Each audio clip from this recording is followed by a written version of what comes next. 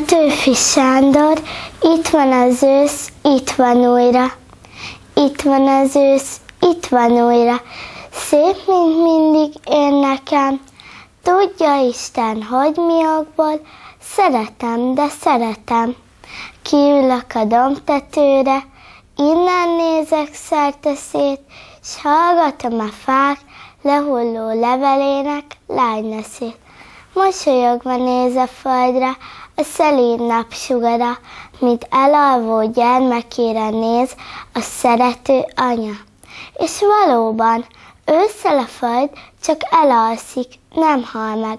Szeméből is látszik, hogy csak álmos ő, de nem beteg. Levetette szép ruháit, csendesen levetkezett, majd felöltözik, ha virrad reggele a kikelet.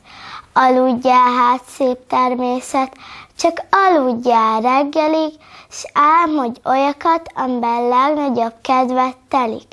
Én ujjam hegyével halkan, lántomat megpendítem, altató dalom gyanán zeng, mél a csendes énekem. Kedvesem, te ülj le mellém, s ülj itt addig szótlanul, még dalom, mint tó fölött a suttogó szél elvonul. Ha megcsókolsz, ajkaimra ajkadat szép lassan tedd, föl ne kelts csak álmából a szendergő természetet.